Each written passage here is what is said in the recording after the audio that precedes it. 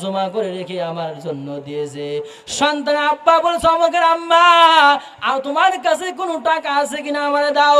মা কিন্তু ওই সময় টাকা বের করে দেয় না, স্বামীর কাছে টাকা দেয় না। যখন সন্তান বলেছে মা শীতের মৌসুম, মা আমার শীতের কোনো কাপড় নাই, আমার গায়ে শীতের কোনো কাপড় নাই, দেখবেন মা সেই ডিম বেচা মুরগি বেচা টাকাগুলো জড়ো করে রেখে সন্তানকে দেয় কি দেয় না।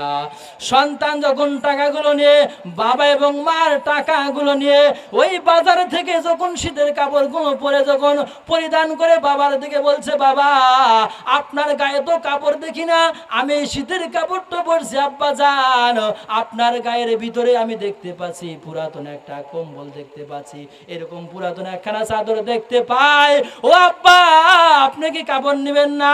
মাকে ডাকতে বলে আম্মা ও মা আপনার গায়ে পুরাতন একটা জাম্পার দেখি মা, ও মা তুমি কি কাপড় নিবা না?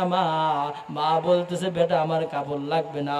আব্বা বলে না না না আমারও কাপড় লাগবে না বেটা, তুমি যে কাপড় পরিধান করেছো ওই কাপড়টা দেখে আমার কলিজা ভরে গেছে। বলেন সুবহানাল্লাহ। আমার বাবাজিরা বলেন তো সন্তান যখন কাপড় পায় এই সময় সন্তানের কাপড় দেখার পরে পিতা মাতা আনন্দিত হয়ে যায়।